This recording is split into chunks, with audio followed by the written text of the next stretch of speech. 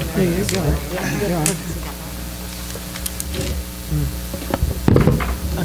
that's on. We just broke it. Okay. Good evening. Pursuant to the Open Public Meetings Act, Chapter 231, Public Laws of 1975, this meeting was noticed and sent to the Asbury Park Press on June 1st, 2022, and has been duly advertised in the Asbury Park Press issue of June 6th, 2022. All municipal clerks of the townships and the boroughs within the regional high school district has been notified, and the requirements of this posting has been met on June 1st, 2021. Please rise with me for the Pledge of Allegiance. I pledge Allegiance to the flag of the United States of America, to the republic for which it stands, one nation, under God, indivisible, with liberty and justice for all. Mrs. Toscano, are there any changes to the executive Yes, Mr. agenda? Bruno. Yes, sir. A couple items real quick. The first being the agenda that was pre-printed prior to the meeting. Exception number 4, negotiations update. The board did not discuss those items. And in addition to the other items noted, the board did discuss under exception number 8 the following 3 matters. The board discussed student discipline matters. The board discussed the settlement agreement in agency reference number 2022-33729. And the board also discussed the shared services agreements for the special law enforcement officers and the SROs. The board also discussed, for exception number 8, personnel items as noted on the agenda. Thank you. May I have a motion to approve C1 through C6? I hear one motion. Ms. Second. Cappiello. Mrs. Cappiello, second. Second. Mrs. Higley. Roll call, please. Mrs. Cappiello? Yes. Mrs. Higley? Yes. Mr. Messinger? Yes. Mr. Moses? This one I have to say. No, you're okay. Yes. Mrs. Bruno? Yes. Mr. Parisi? Yes. Mr. Bruno? Yes. May I have a motion to approve the minutes of the May 12th regular board meeting? Mrs. Higley? Second.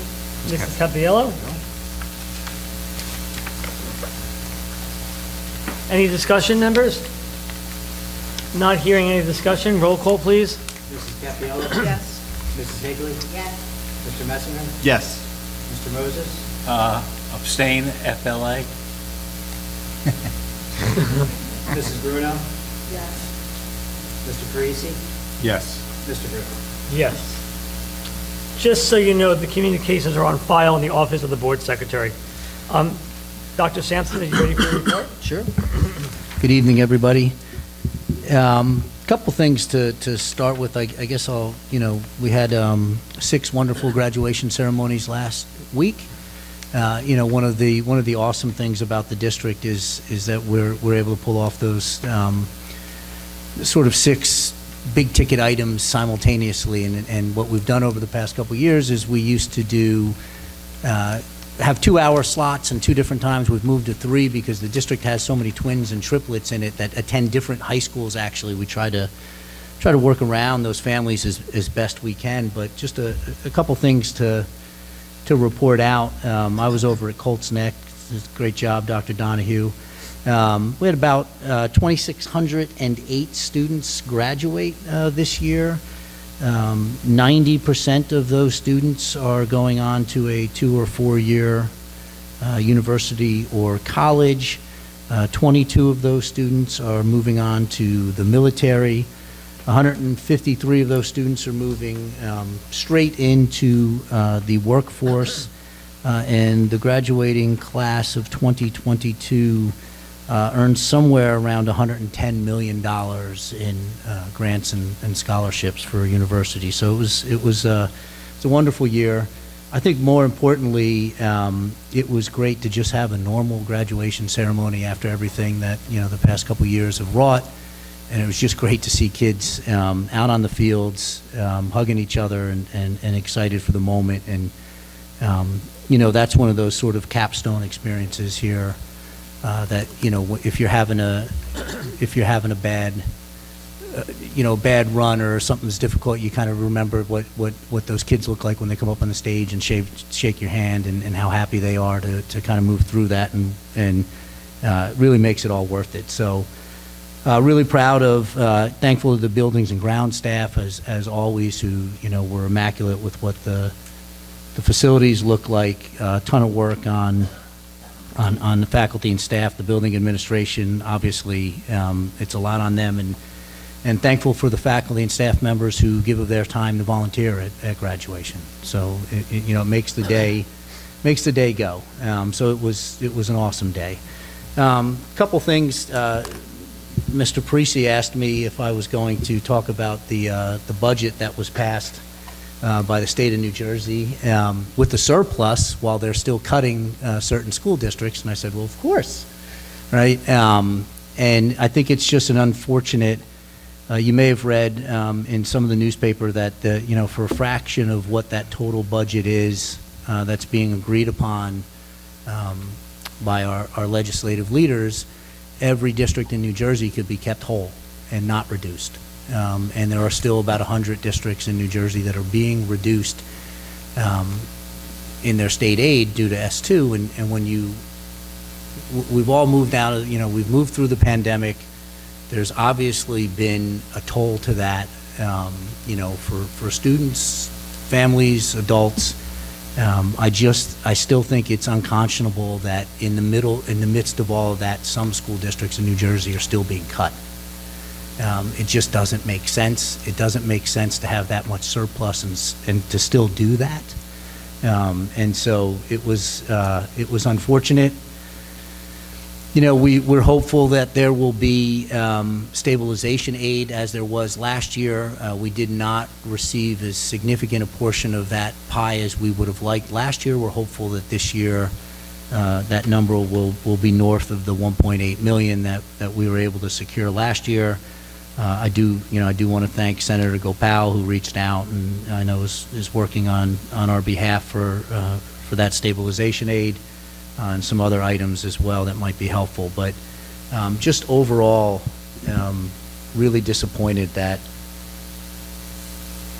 in a time when the state actually has a surplus, that some school districts would be reduced. I mean, I don't know what kind of message that sends about the importance of kids in communities, but I think it sends a pretty negative one. So that's where we are with the budget deals. A couple other items just to take a look at. We moved our June 9th meeting to June 30th, and we may continue with this trend in the future, only because it was an inordinate amount of nights in those first 2 weeks in June, and traditionally we had done a student recognition ceremony in June, but we're working around trying to be creative to be able to keep the June board meeting later in the month. To not add another night out for families and staff, because June gets really hectic. And I didn't know quite how hectic it got until when we moved it, and I got tons of thankful emails for moving it. So I didn't know we were sitting on that big of a problem, but apparently we were. So we may be looking at, it also helped us with staffing, really finalize our staffing for the year. So we might be looking at a much later June meeting moving forward. Reporting out on our HIB scores, and I'll take this with a grain of salt, even though it's our data. One of the inherent difficulties with how districts in New Jersey are asked to report out certain data is that it's all self-reported. And so I trust that we're doing the best job that we can. But when everybody's asked to sort of evaluate themselves and grade themselves and track their own records, I think it naturally lends itself to sometimes some of the systems being a little usurped. But on across, there's 9 categories that districts have to self-assess themselves on related to the HIB law and their HIB processes, and of those, I believe the highest score that you can receive is a total of 78. I think all 6 of our high schools are somewhere within 77 and up. And it's around your processes and protocols and what that looks like. And unfortunately, you know, at this stage of the game with the HIB law, you know, districts have gotten very good at their processes, which is an unfortunate reality. And there's a change to that law effective July 1st that I think is going to have, you know, some significant impacts on what happens in our buildings as well. Our summer programs are really about to kick off. You know, it never stops here. We have hundreds of students in various summer programs, you know, so whether that's our extended school year, our original credit, our credit recovery, our advanced placement summer bridge, our Algebra 1 bridge program, our Title I program. We have hundreds of kids that will be in our buildings over the next couple of weeks, and I'm really proud of the work that we do all year round to help those students achieve their potential. And we're also going to be beginning, I think it's already started, right, Mr. Boyce, some of the paving and roofing projects from the referendum. So we'll have I know there'll be an update with Mr. Messinger with some of the processes from the Finance Committee meeting on that. So happy to put those taxpayer dollars to real good use for our facilities and our long-term plan. And speaking of that, just one final note: next year is a strategic planning processing year for us, and you know, really excited about that. There'll be some community kickoffs, really in earnest, beginning in October, and we're going to move through and really put together a new long-term plan for the district as we've just sort of emerged from Compass 2.0. It's the start of my 12th year in the district, so we've come through 2 strategic plans, long-term planning processes. Really love the community involvement across both those planning processes. So looking forward to that, and the board can look forward to a very specific schedule that will be forthcoming from my office. And that concludes my report, Mr. Bruno. Thank you, Dr. Sampson. We have some board reports tonight. Mr. Messenger, with Finance. Okay, thank you very much, Mr. Bruno. We had a very long meeting for the Finance Committee back in May, and we kicked it off with hearing from the energy specialist, Synergistic.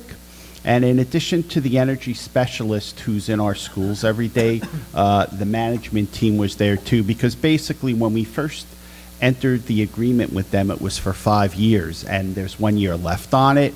So they had, as I said, senior management there, and they just informed us how the renewal process goes if we choose to renew with them. And as time goes on, you know, we're going to get the financial details. No financial consideration was talked about at this meeting. Again, the original contract was for 5 years. And a lot of people do renew after that initial term. A lot of times, some people renew for 3 more terms. So we'll have to see where that goes. But the bottom line is we are spending less per square foot than we were before they showed up. And that's even with the COVID measures that were taken. And really, if you go back to September 18th through this past March, we've avoided approximately $1.4 million in utility costs. And again, with this company, it will not cost us money. They have to deliver the savings. It's not going to be where they just get paid and don't deliver any kind of savings. If the cost of their services is greater than the amount we saved on our utility bills, they pay us the difference. So it's, in a way, you could say it's risk-free for us on the financial end of things. After they departed the room, we had the architects come in.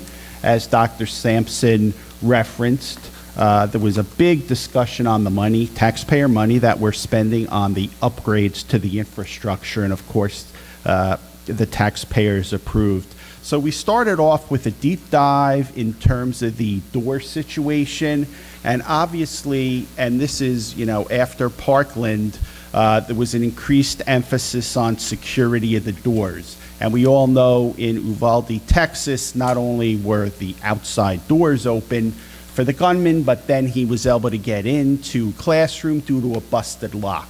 So locks are extremely important, and a lot of money is being spent on the doors in the district. So we heard about, we started this work on the doors, and a state grant has covered the cost, and also federal money has covered the cost. And the bottom line is, though, it's going to cost an additional $126,000 for doing more doors, because the state and federal grants are not going to cover repairs to all the doors in the district, both indoor and outdoor.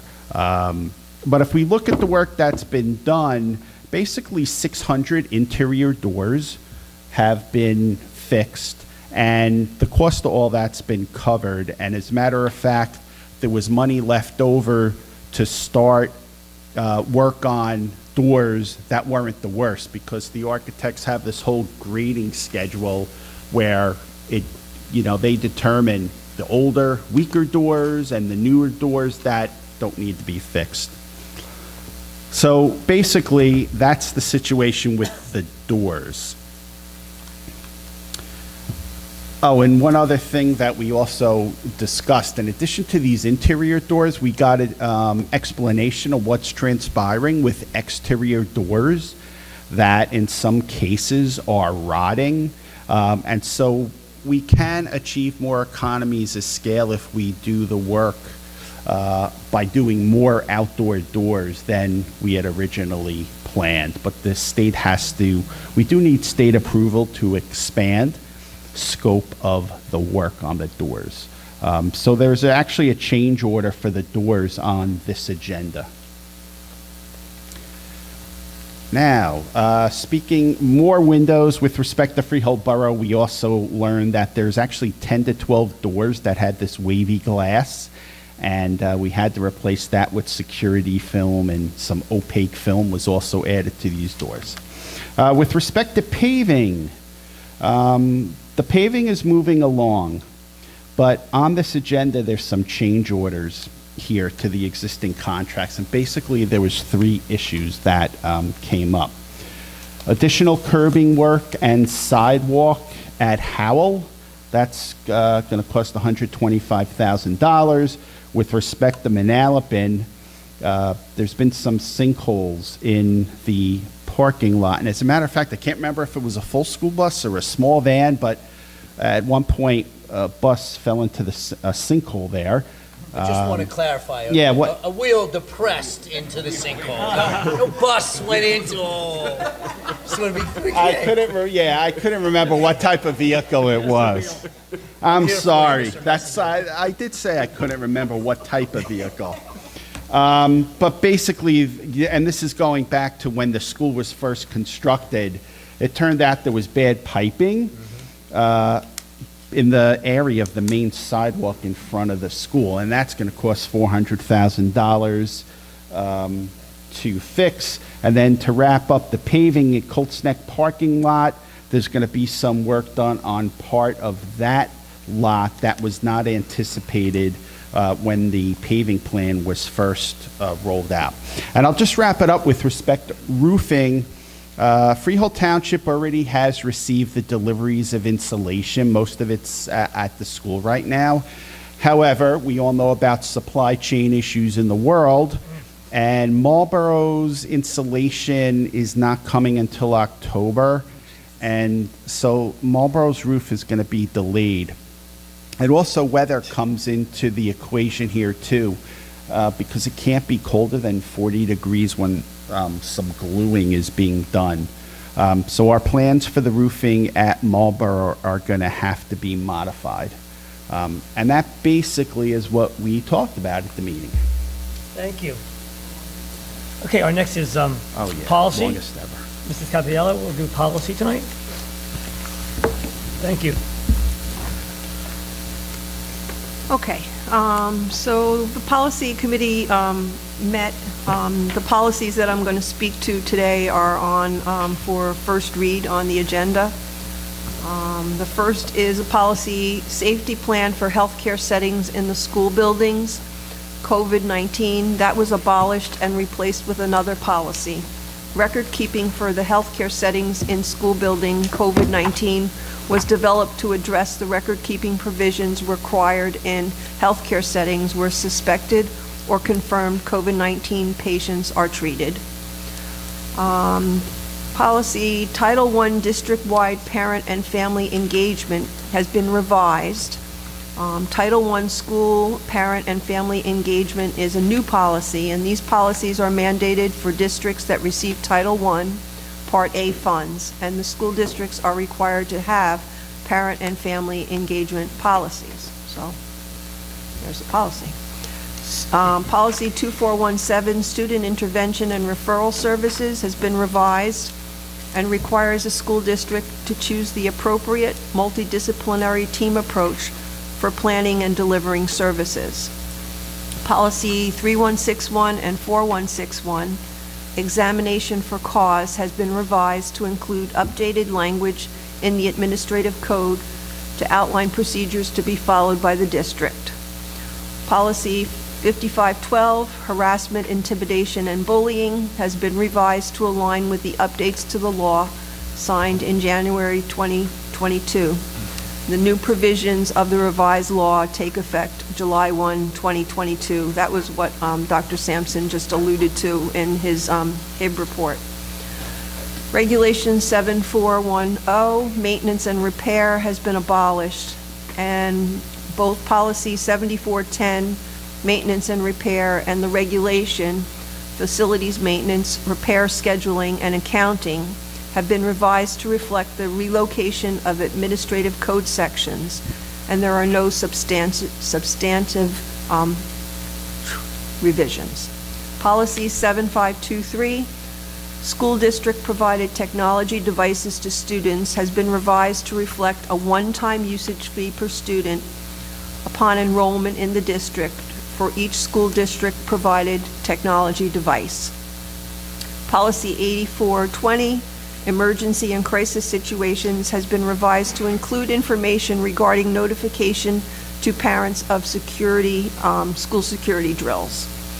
And policy and regulation 9320, cooperation with law enforcement agencies, has been revised to align with administrative code, which governs the development and implementation of policies and procedures for law enforcement operations in a school.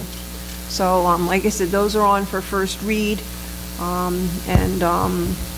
You know, a policy committee is always updating and staying on top of what needs to be changed.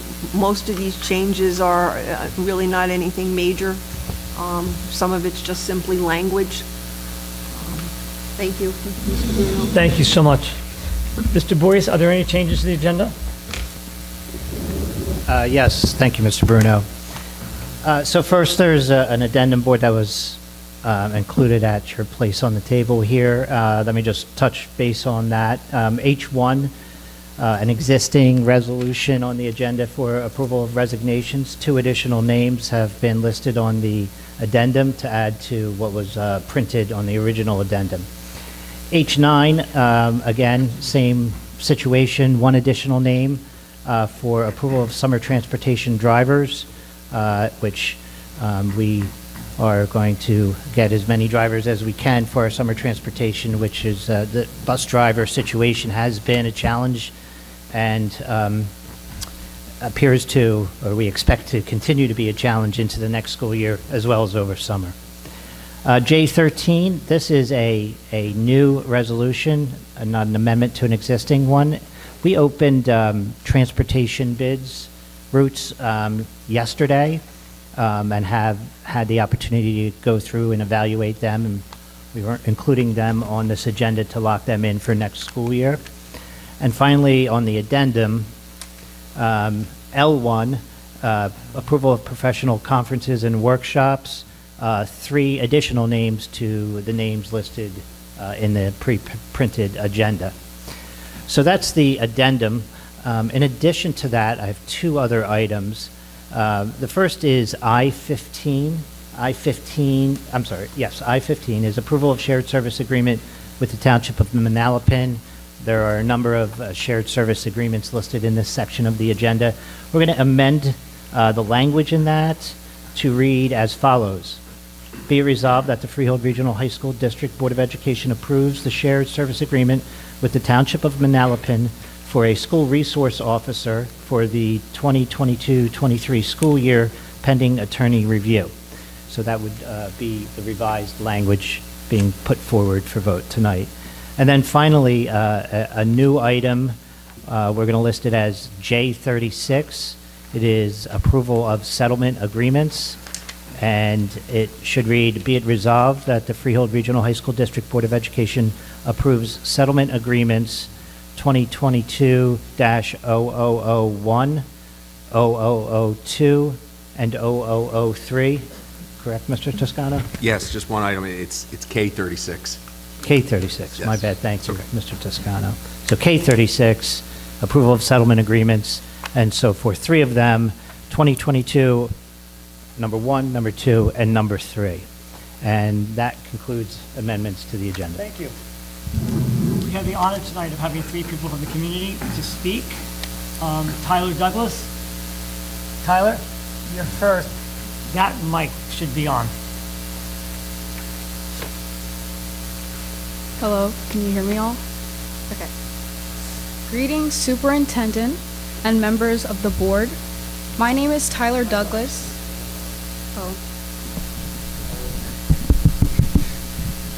Okay. My name is Tyler Douglas, and I am a proud member of Rays of Hope, and I attend school here in the district. I'm 15 years old, and I come before you in regards to Juneteenth Day. For everyone that is unaware, Juneteenth Day is a state and federal holiday that isn't recognized by the Freehold Regional High School District. Juneteenth celebrates the end of slavery. It celebrates a new type of freedom, a freedom African Americans had never experienced prior to June 19, 1865. This commemoration is Freedom Day for Black people, free from the daunting lashes of blood, sweat, and tears. This district had the following state and religious holidays off this school year: Labor Day, Rosh Hashanah, Yom Kippur, Veterans Day, Thanksgiving Day, Christmas Day, Martin Luther King Jr. Day, Thanksgiving Day, President's Day, and Memorial Day. So tell me why Juneteenth is the exception. Your lack of inclusion speaks volumes. Juneteenth Day is just as important and honors the history of a population of your school community. In honor of equity and in the spirit of inclusion, the day should be recognized by the school district. I want to celebrate this holiday with my friends and family. I want to celebrate this holiday without worrying about missing school. I want to celebrate this holiday commemorating freedom in the same manner you close your schools and offices for every other holiday. For instance, July 4th commemorates freedom, but not for all of us. Yet your offices are closed. This country was founded on the principle of freedom.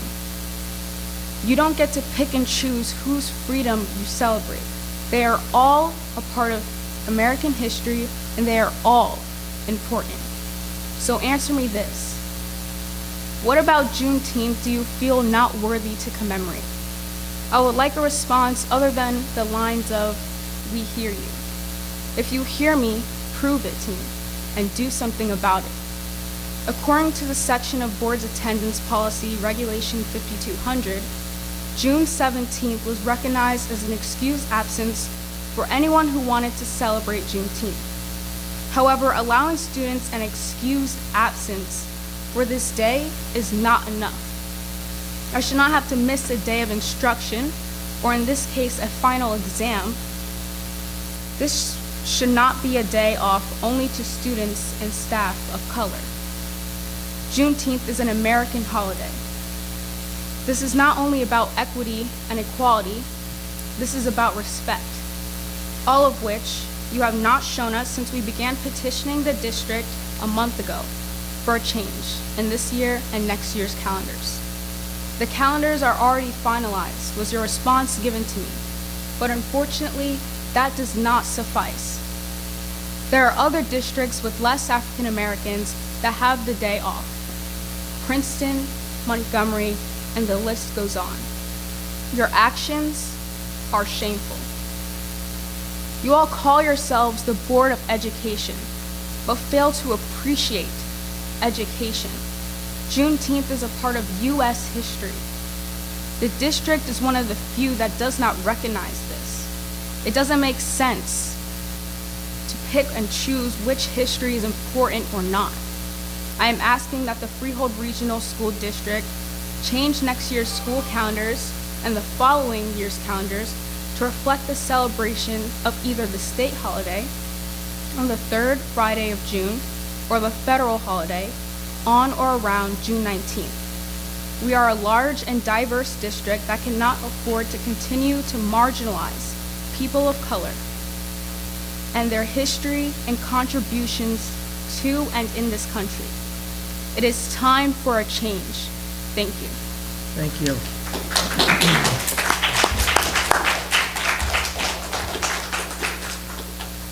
Next is Joel Thompson. Thomas?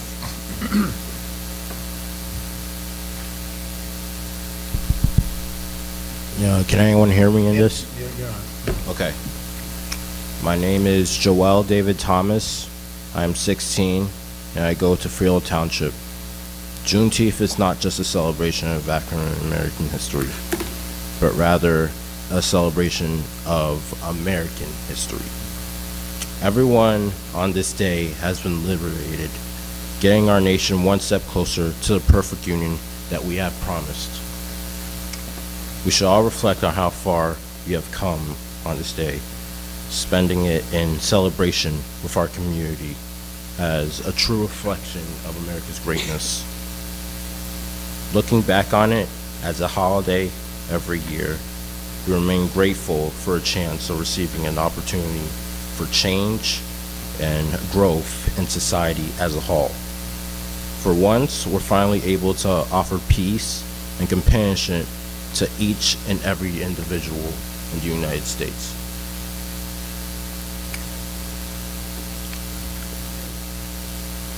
Yeah.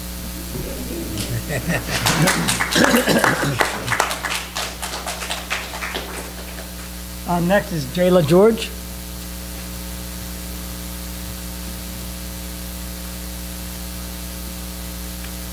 Hello everyone, my name is Jayla and I serve as the president and a proud member of Raise the Hope. I'm a 16-year-old girl living in Monmouth County, specifically Manalapan High School. This past school year, we honored almost every last federal holiday except for Juneteenth. So I pose a question for you. Did your board just forget about Juneteenth, or is there something underlying because you don't think it's your history?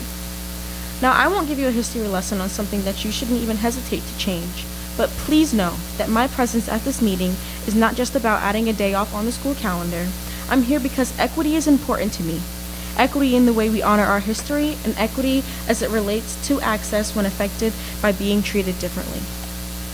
I challenge you to not repeat what we've heard this year, which is, we hear you, and we will do everything we can to change this. Why should I even have to ask? Why do I need to be called down to the principal's office having butterflies because I'm scared of what they will say to justify why we weren't given off in the first place? Not only is Juneteenth vital to African American history, but it is also vital to American history overall, which is why it was made a state and federal holiday. We even honored religious holidays, and not everyone shares the same religion, but an excused absence is not required. But if I wanted to have Juneteenth day off, I would have to take an excused absence. And as you all know, I had a final exam on Juneteenth Observance Day. I would have to coordinate coming back to school, coming back to the school building during the summer to make it up. Juneteenth Day should receive the same amount of respect as New Year's Day, MLK Day, President's Day, Memorial Day, Independence Day, Labor Day, Veterans Day, Thanksgiving Day, and Christmas Day. Allowing our kids an excused absence for this day is not enough. We should not have to miss a day of instruction to make up exams. We are asking that next year's calendar to be updated to reflect this day off, as well as all future school years. Thank you. Thank you.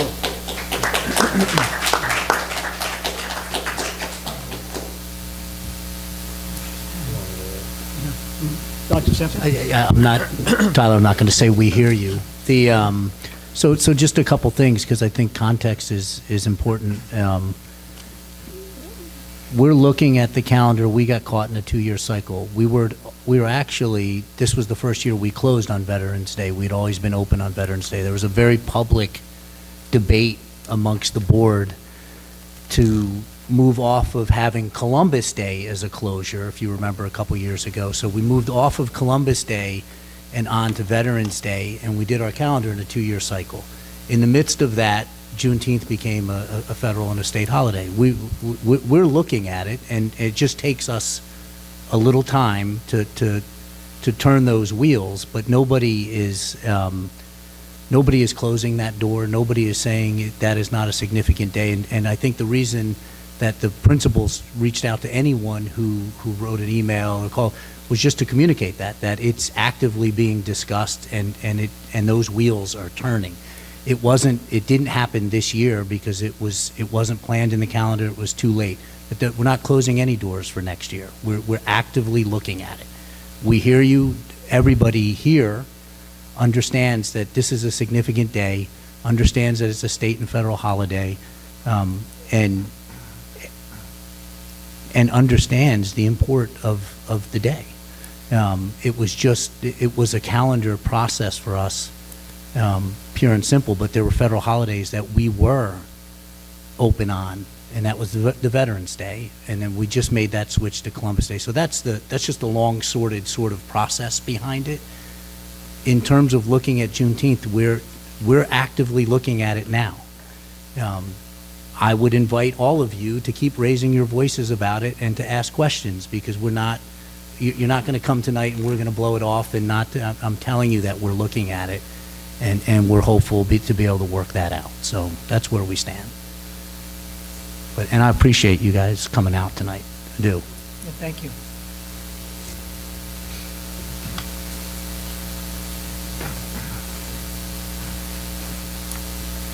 Okay. May I have a motion to approve items H1 through H23?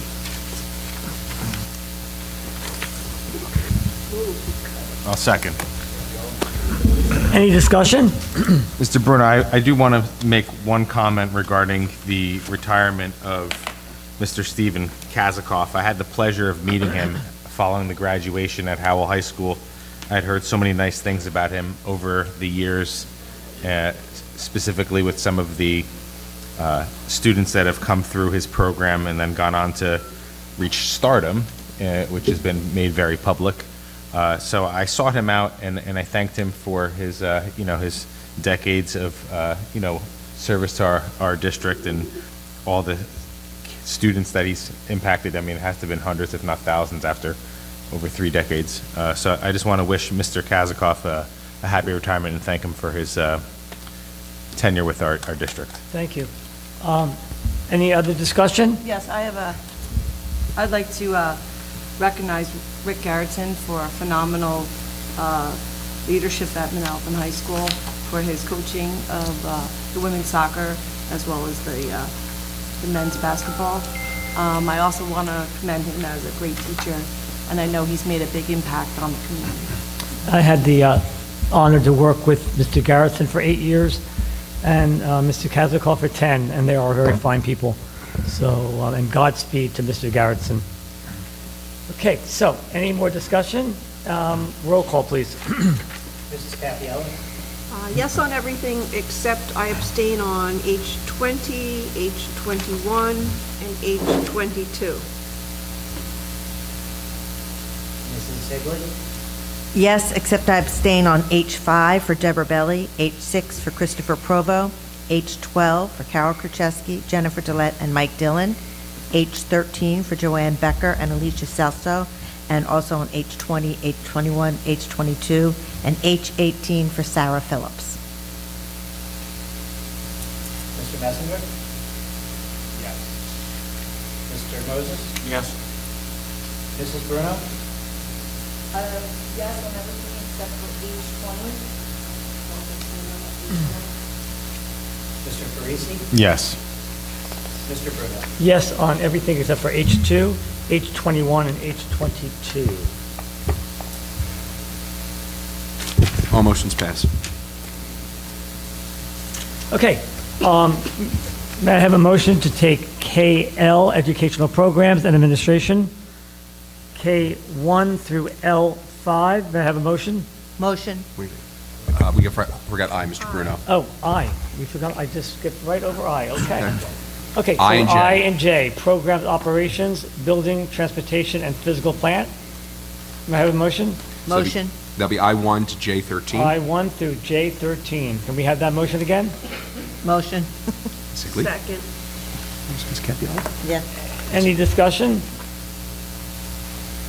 Roll call, please. Mrs. Capiello? Yes. Mrs. Higley? Yes. Mr. Messinger? Yes. Mr. Moses? Yes. Mrs. Bruno? Yes. Mr. Parisi? Yes. Mr. Bruno? Yes. Motion carried.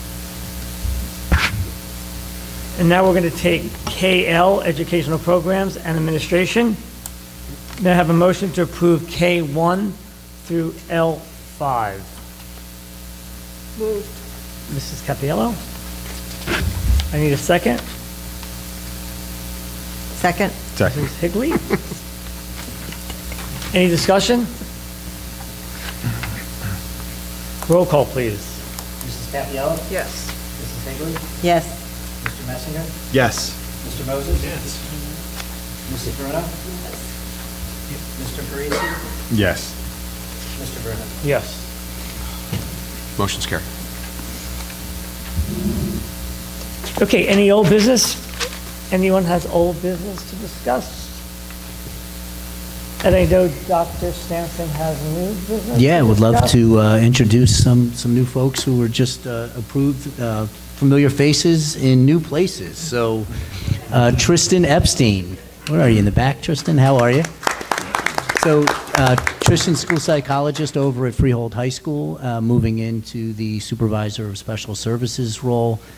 Tristan reminded me that we were talking to her earlier last week, and she said, remember, I was the pregnant one you were sitting next to at the new teacher orientation. I was, okay, now I got it. But Tristan, congratulations and welcome aboard. Michael K. Dillon, academic supervisor for English at Freehold Township. He'll be assistant principal at Colts Neck High School. Congratulations. Mike's been with us for several years as an English supervisor. Came to us from the deep, dark chasms of Pennsylvania, moved into New Jersey, and has done an excellent job in this school district. So welcome, Mike. Jen Gurgis. Where's Jen? There's Jen. Jen is currently the English supervisor over at Manalapan High School, and you know, Jen was the social studies teacher at Colts Neck High School, and we plunked her in the English department, and she thrived because we knew that she could do it. And she's going back to Colts Neck as the assistant principal there. So Jen, congratulations. And then Jen Dillette, who is the current supervisor of special services at Freehold Township High School. Jen is going to be going over to Marlboro High School as an assistant principal. Jen's done an awesome job for us. We pilfered her a couple years ago, and we're glad that we did. Had to do some hard negotiating to get her away from another district. And so, Jen, congratulations.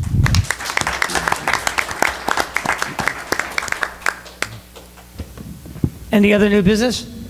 Okay. So may I have a motion to adjourn the meeting? Motion. Oh, okay. All right, Mr. Moses, I heard you. Okay. And can I have a second? Second. All right. All those in favor? Aye. Meeting's adjourned.